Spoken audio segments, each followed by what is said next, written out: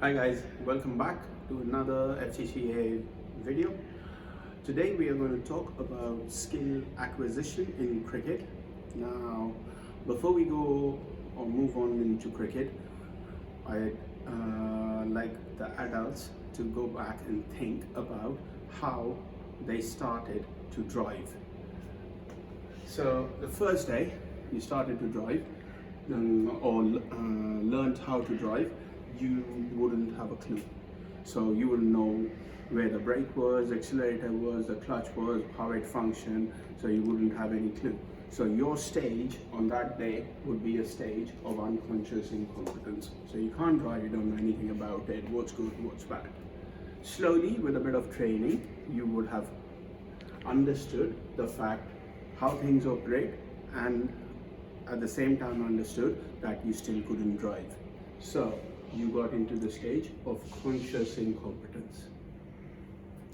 Bit more training, bit more time on the road, and going through those 20 mile, 30 mile zones, you started controlling the car, but at the same time you had to think a lot. So though you were able to maneuver the car, drive the car, but a lot of thinking went into it. So you reach this third stage, which is conscious competence. Now, bit more training, bit more practice, more time in it, and today when you drive, you are, or we are all in the stage of unconscious competence. So we don't have to think where we are driving, how we are driving, who's next.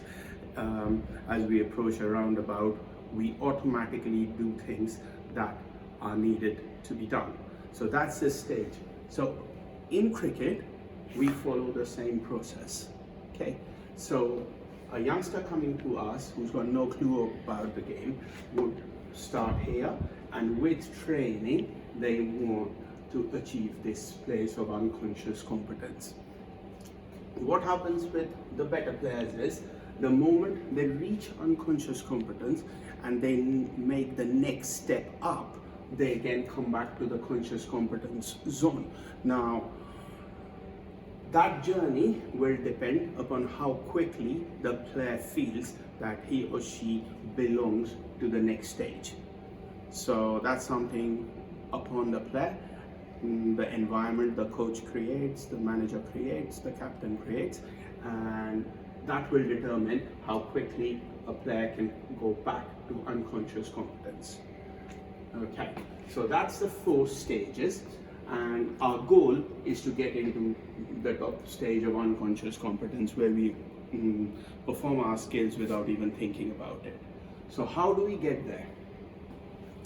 Anyone who comes to us as a cricket coaching company or comes to me as a cricket coach, personally, if you give me the following 4 criterias and you fulfill those criterias, I can more or less guarantee, or our company can guarantee, that we will be able to make you an under 16 standard technical / tactical player. So what do we expect from you? We expect from you ABCs, which is agility, balance and coordination. You have to have minimum ball sense. Thirdly, you need to embrace the boredom that goes with skill acquisition. Skill acquisition is not all fun and enjoyment, as some people portray. It's not. So you have to embrace that boredom, knowing fully well that that's not enjoyable, but to have greater enjoyment of the game, I need to be able to go through that process.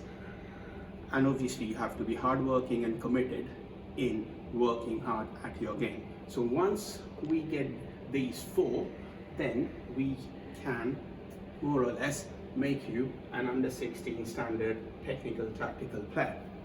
The physical, mental and lifestyles are completely on the player and depends mainly upon how badly he or she wants the success in the game, or how badly they want to do well.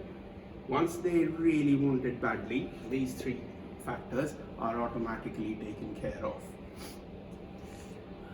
Next part. So I'm going to take the example for batsmen.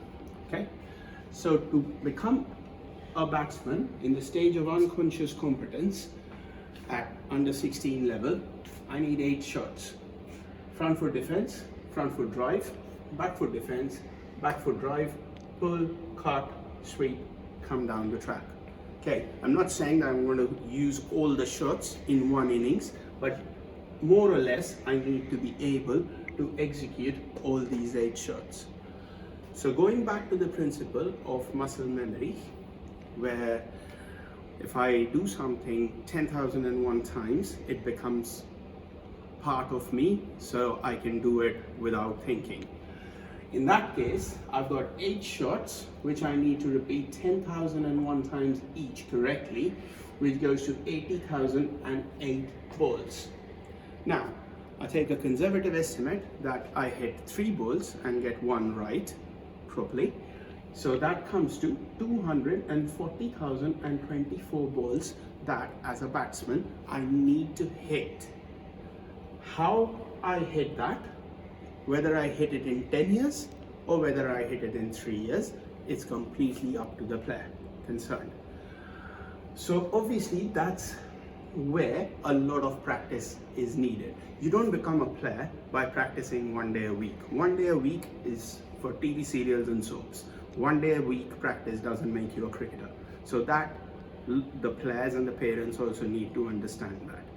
This is the magic number, 240,024 balls, which as a batsman you need to hit. How you do it, it's completely up to you. We are there to help you. So just to recap, skill acquisition, 4 stages. Once we get, and how do we get to the top stage is by hitting a certain number of balls to make sure that we have got, as a batsman, the 8 shots that are absolutely necessary to make me an under 16 standard county age group player on a technical and tactical basis. Hope you found this useful. If you have, do please like, share, comment on it, and subscribe to our YouTube channel.